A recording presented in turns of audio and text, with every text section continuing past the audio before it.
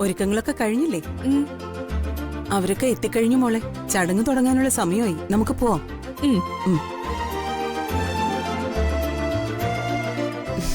ദേ, എന്റെ മോളുടെ ആഗ്രഹങ്ങള് ഒന്നൊന്നായി സഫലമാകാൻ പോവാ. ഇന്ന് മഞ്ഞൾ കല്യാണം, അത് കഴിഞ്ഞ് താലികെട്ട്.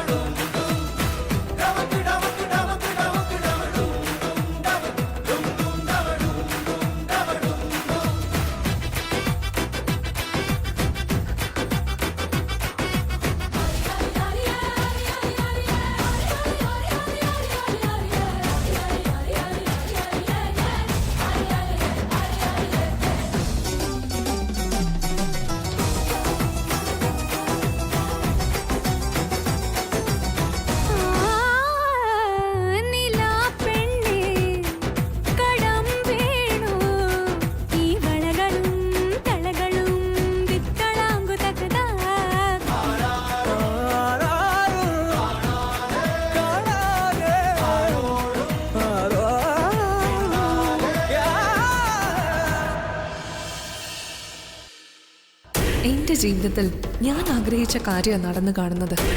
ഇനി വരാൻ പോകുന്നതും മമ്മി പറഞ്ഞ പോലെ കല്യാണം.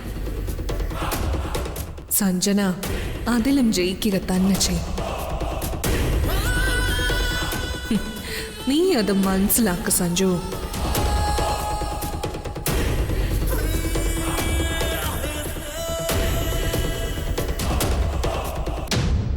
ഇവന്റെ മനസ്സിൽ ഈ നേരത്തും സ്വാതി തന്നെയാണ്. എന്റെ മോൾ ആഗ്രഹിച്ച ജീവിതം കിട്ടുമെന്ന് എന്തുറപ്പാ ഉള്ളത്?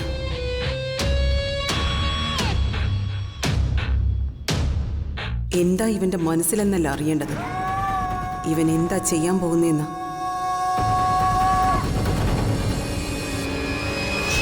എന്റെ മകളെ മരണം കൊണ്ടുപോകുന്നതിന് മുൻപ് ആ പെണ്ണിനെ മരണത്തിന് എറിഞ്ഞുകൊടുത്ത് എന്റെ മോളെ രക്ഷിക്കണം. എന്നാ വാ പോവാം. വാ വാ.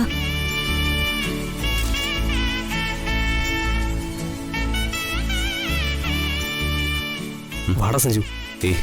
ഞാനില്ല. എടാ ആഘോഷം എന്തോ ആവട്ടെ, അത് അടിച്ചു പൊളിക്കണം. നീ അടിച്ചു വാ.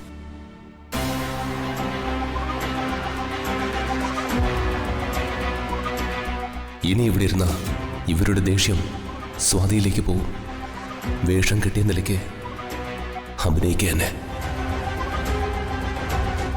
എഴുന്നേറ്റ് വാടാ. എനിക്ക്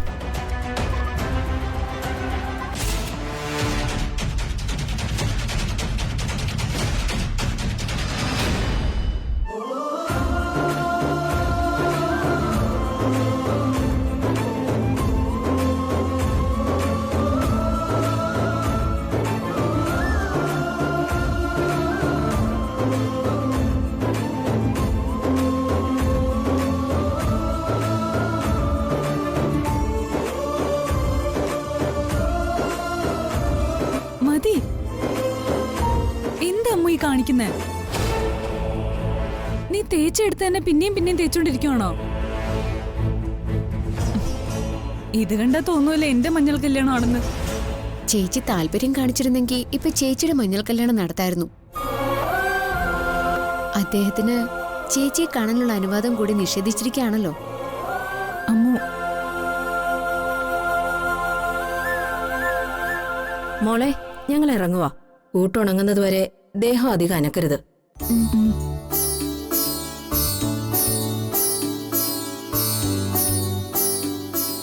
ഇനി ഞാനൊരു കാര്യം പറയട്ടെ. ഇപ്പൊ നടന്നത് ചേച്ചിയുടെ മഞ്ഞൾ കല്യാണം തന്നെയാ. തറവാട്ടില് മഞ്ഞൾ കല്യാണത്തിന് വേണ്ടി മാറ്റിവെച്ചിരുന്ന മഞ്ഞളാ ഞാൻ ഇവിടേക്ക് കൊണ്ടുവന്നത്. അമ്മു, നീ എന്തായി കാണിച്ചത്? ഇത് സഞ്ജനയ്ക്ക് വേണ്ടി കരുതിയതല്ലേ? മഞ്ഞൾ തേക്കാനുള്ള യഥാർത്ഥ അവകാശി ഇവിടെ ഉള്ളപ്പോ മറ്റാർക്കെങ്കിലും വേണ്ടി എനിക്കിത് ഉപേക്ഷിച്ചു പോരാൻ കഴിയോ?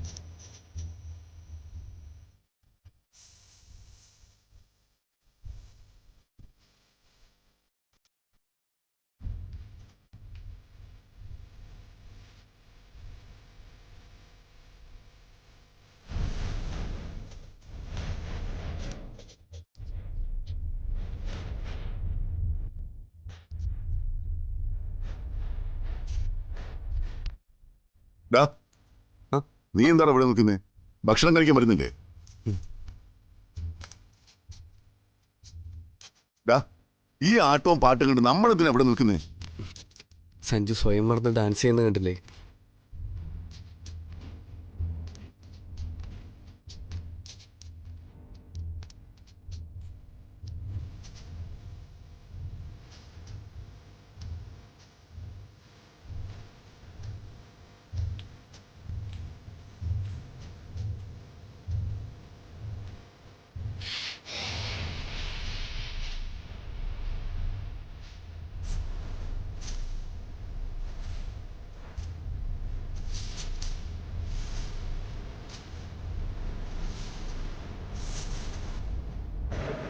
സഞ്ജനെ വിവാഹം കഴിക്കാതെ വേറെ വഴിയില്ലെന്ന് സഞ്ജു മനസ്സുകൊണ്ട് അംഗീകരിച്ചു കഴിഞ്ഞു.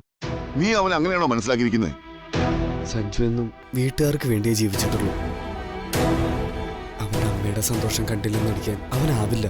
എന്നിട്ടാണോ സ്വാതിയെ കൊണ്ട് എവിടേക്കെങ്കിലും പോകാൻ അവൻ ഇറങ്ങി പുറപ്പെട്ടത്? അമ്മ അല്ലേ തടഞ്ഞത്? അല്ലായിരുന്നെങ്കിൽ സ്വാതിയുടെ എതിർപ്പ് പോലും അവൻ വകവച്ച് കുടിക്കില്ലായിരുന്നു. അങ്ങനെയുള്ള ഒരാള് എങ്ങനെ ഇത്ര സന്തോഷത്തോടെ ആടിപ്പാടുന്നത്? മനസ്സിലുള്ള സങ്കടം പുറത്തെങ്കിലും കാണേണ്ടതൊക്കെയല്ല. അവനെ എൻജോയ് ചെയ്യാം.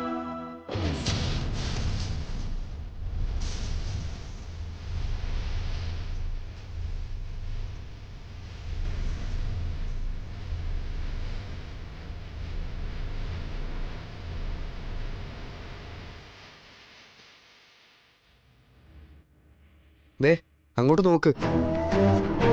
സഞ്ജനയ്ക്കൊപ്പം അവൻ ആടുന്നത്. സഞ്ജു മാറിപ്പോയി. നിന്നെ ഞാൻ എന്തു പറഞ്ഞ് വിശ്വസിപ്പിക്കും? ഡാ അവന്റെ ചുണ്ടിൽ മാത്രമേ ചിരിയുള്ളൂ. ഉള്ളിലെ അവൻ പൊട്ടിക്കരയുന്നുണ്ടാവും. ആരോടൊക്കെ പക തീർക്കേ അവൻ. എനിക്കിത് കണ്ടു നിൽക്കാൻ വയ്യ. ഞാൻ പോവാ.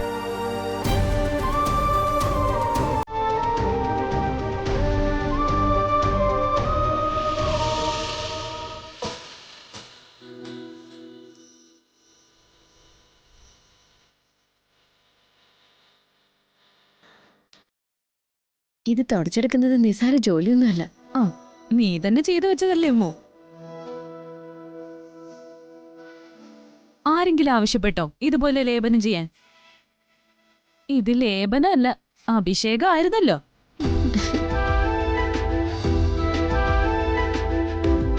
എന്തിനാ ഞാനിതൊക്കെ ചെയ്തതെന്ന് ചേച്ചിക്ക് അറിയാലോ. ചേച്ചിയുടെ മഞ്ഞൾ കല്യാണാണെന്ന് മനസ്സിലങ്ങ് കരുതിയാ മതി. ഓ, യഥാർത്ഥ മഞ്ഞൾ കല്യാണത്തിന് പോലും ആരും ഇത്രയൊന്നും വാരിത്തേക്കില്ല.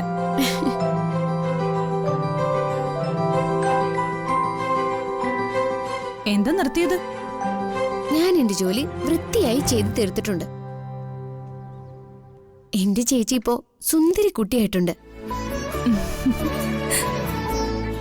ചമയങ്ങളൊന്നും ഇല്ലാതെ തന്നെ മണ്ഡപത്തിലേക്ക് കയറാം.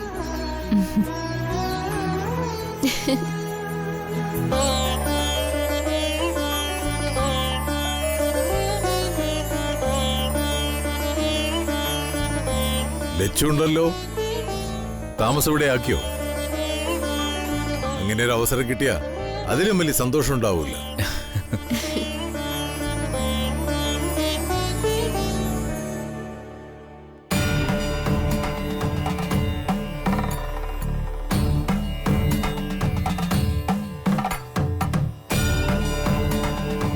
നീര് വലിഞ്ഞിട്ടുണ്ട്. രക്തചംക്രമണം സ്ഥായിയായി തുടങ്ങിയിട്ടുമുണ്ട്.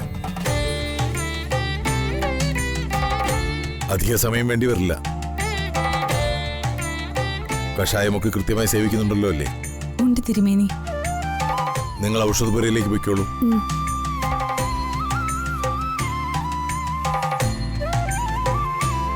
പതിവിലും ദാഹം കൂടും. തിളപ്പിച്ചാറിയ വെള്ളം മാത്രമേ കുടിക്കാവൂ. ധാരാളം വെള്ളം കുടിക്കുകയും വേണം. ഗോവിന്ദ, പോവാം. തിരുമേനി,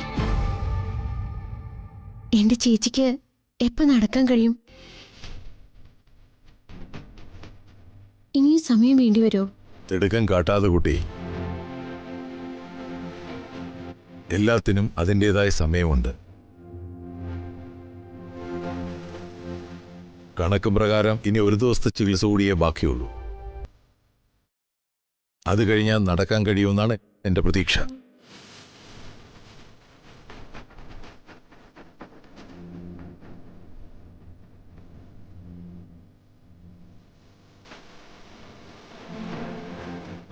ലക്ഷ്മിപ്പോ സന്തോഷമായല്ലോ.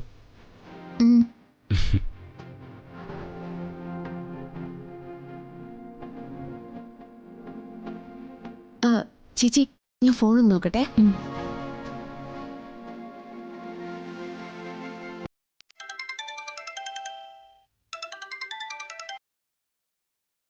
എന്താ രാജുട്ടാ? ആ അമ്മു, ഇവിടെ ഹൽദിയുടെ ആഘോഷം നടക്കുക. ഒച്ചയും ബഹളമൊക്കെ കേൾക്കുന്നുണ്ട്. അവരിന്ന് സന്തോഷിക്കേണ്ട ദിവസമല്ലേ? നാളെ ഈ സന്തോഷം ഉണ്ടാവില്ല. ഇന്നെങ്കിലും സന്തോഷിച്ചോട്ടെ എന്ന് ഞാനും കരുതുന്നത്. എനിക്കെന്റെ വാക്ക് പാലിക്കാൻ കഴിയുമെന്ന പ്രതീക്ഷയിലാണ് ഞാൻ. നാളെ കൊണ്ട് ചേച്ചിയുടെ ചികിത്സ കഴിയും. അല്ല, സ്വാതിക്ക് നടക്കാൻ കഴിയും അമ്മു? രാജുവേട്ടൻ ഉദ്ദേശിക്കുന്ന തരത്തിലൊന്നും നടക്കാൻ കഴിയുമെന്ന് കരുതണ്ട. പക്ഷേ ഒരാള് കൈ പിടിച്ച ചേച്ചിക്ക് നടന്നു വരാൻ കഴിയും. ഞങ്ങളതിന് കാത്തിരിക്കാം അമ്മു. പിന്നെ പലഹാരപ്പൊതിയിൽ വെച്ചിരുന്ന മഞ്ഞൾ എന്തിനാന്ന് അമ്മുന് മനസ്സിലായോ? അത് രാജുവേട്ടൻ പറ്റിച്ച പണിയാന്ന് ഞാൻ അപ്പോഴേ മനസ്സിലാക്കിയതാ. അദ്ദേഹത്തോട് അത് ഞാൻ പറയുകയും ചെയ്തു. ഹൽദിക്ക് മുമ്പ് അമ്മൂന് ആ മഞ്ഞൾ സ്വാതിയുടെ മുഖത്ത് തൊട്ടുകൊടുക്കാൻ കഴിയണം. ദൈവം അവിടെ നമ്മുടെ കൂടെ നിന്നു. ഇന്ന് ചേച്ചിക്ക് മഞ്ഞൾ ലേപനം നടത്തേണ്ട ദിവസമായിരുന്നു. പെരുവണ്ണാപുരത്ത് അമ്മയുടെ അനുഗ്രഹം നല്ലാതെ എന്ത് പറയാനാ രാജുവേട്ടാ?